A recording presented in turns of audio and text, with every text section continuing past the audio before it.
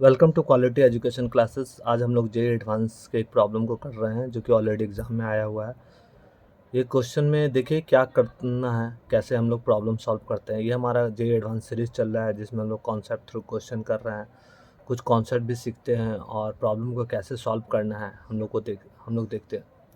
तो इसमें देखिए क्या है कि एरोप्लेन है जो कि A and B are flying with a constant velocity in the same vertical plane at an angles 30 degree. जिसे आप यहाँ से देख सकते हैं क्या ये 30 डिग्री के एंगल पर एक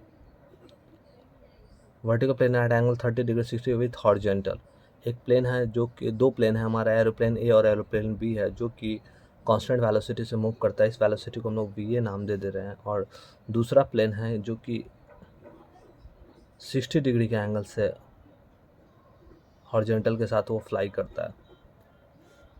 सो the speed of A is 100√3 metre पर सेकंड। तो ये दे रखा है क्वेश्चन कि 100√3 मीटर पर सेकंड ये दे रखा है। अब पूछ क्या रहा है कि at time t0 an observer in A. एक टाइम ऐसा आता है जब हमारा ए में जो बैठा हुआ है एक ऑब्जर्वर, वो ऑब्जर्व क्या कर रहा है कि B at a distance of 5 metre. जो बी नंबर हमारा एरोप्लेन है वो हमारा 500 मीटर की दूरी पर है।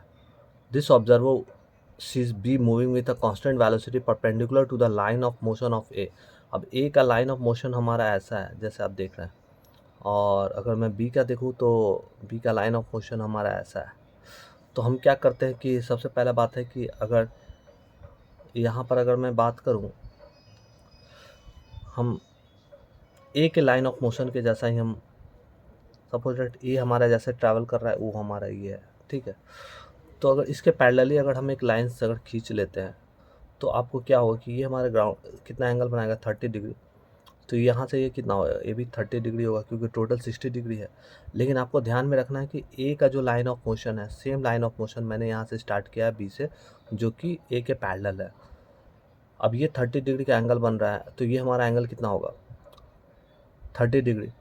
अब ये 30 डिग्री होगा तो आपको एक चीज़ पता होना चाहिए कि अगर हमारा वी बी का जो कंपोनेंट है, वी बी एक वेलोसिटी है, और वो अगर हमारे इस ये वाले हमारे क्या है, जो ये 30 डिग्री का एंगल है इसके साथ वो उनका कॉस कंपोनेंट इसके अलॉन्ग एक्ट करेगा, जिसको वी बी कॉस 30 बोलेंगे, ठीक है।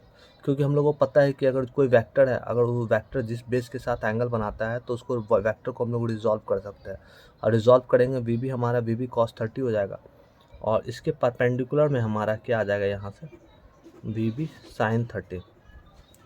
तो आपको एक चीज़ आपको पता हो जाना चाहिए कि एक अलॉन्ग लाइन ऑफ एक्शन में हमारा वेलोसिटी ऑफ बी का वी बी कॉस 30 है। ए के along line of motion of में हमारा वेलोसिटी ऑफ बी है, बी का दो कंपोनेंट है, बी का दो कंपोनेंट हमारा वी बी कॉस 30 और वी बी साइन 30। तो V B cos 30 along the line of action of motion of A है। तो हम लोग लिख सकते हैं कि V A equal to V B cos 30 लिख सकते हैं। और वी ए हमारा कितना दिया हुआ है 100√3, और वी बी हमको निकालना है, और कॉस 30 का वैल्यू हमारे को क्या पता है, कॉस 30√3/2। तो यहाँ से √3 कट गया तो वी बी का वैल्यू कितना आया हमको 200 मीटर पर सेकंड। तो वी बी हमारा कितना है 200 मीटर पर सेकंड। अब लेकिन हमको एक चीज़ पता होना है, जो ए में ऑब्जर्वर बैठा हुआ है उसको क्या दिख रहा है कि 500 मीटर की दूरी पर है, मतलब ये जो डिस्टेंस है यहाँ से यहाँ तक का जो डिस्टेंस है वो 500 मीटर है। यहाँ से यहाँ जो है डिस्टेंस वो 500, क्योंकि परपेंडिकुलर बोल रहा है question. Observer sees this observer sees B moving with a constant velocity perpendicular to the line of motion of A. मतलब ए का लाइन ऑफ मोशन ये है और इसके परपेंडिकुलर मतलब ये वाला वेलोसिटी जो है, जो कि वी बी साइन 30 है, वो एरोप्लेन ए की तरफ उसका कंपोनेंट है जो कि परपेंडिकुलर है लाइन ऑफ मोशन ऑफ ए पर। तो हम लोग को क्या करना होगा कि यहाँ से हमको टाइम निकालना है। तो हमको जब डिस्टेंस पता है और ये स्पीड पता है तो टाइम नहीं निकाल सकते हैं। तो टाइम इक्वल टू क्या हो जाएगा, डिस्टेंस अपॉन ये जो परपेंडिकुलर के कंपोनेंट में कौन सा वेलोसिटी है वी बी साइन 30। तो डिस्टेंस हमारा क्वेश्चन में गिवन है 500, और वी बी का वैल्यू कैलकुलेट कर लिए हैं 200 इंटू साइन 30 का वैल्यू 1/2।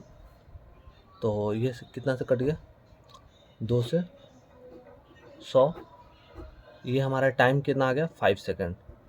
तो ये चीज़ हुआ कि अगर ये 5 सेकंड जो टाइम है, इस प्लेन से हिट करने से अवॉइड करने के लिए, बचाने के लिए हमारा टाइम है। This observer sees B moving with a constant velocity perpendicular to the line of motion if at t equal to t0 A just escape being hit by B. मतलब कि ये पर्टिकुलर टाइम में हमको क्या करना है कि ए को आगे निकल जाना है, अन्यथा ये बी जो है हमको ए प्लेन को हिट कर सकता है। इसीलिए ये हमारा जो टाइम आया, ए का हमारा टाइम आ गया कि जो कि हमारे बी जो एरोप्लेन है ए से ना टकराए, वो टाइम हमको निकल गया। A just escape being hit by B t0 second, क्योंकि वेलोसिटी बी का एक वेलोसिटी कंपोनेंट है जो कि perpendicular to the along line of action of A है।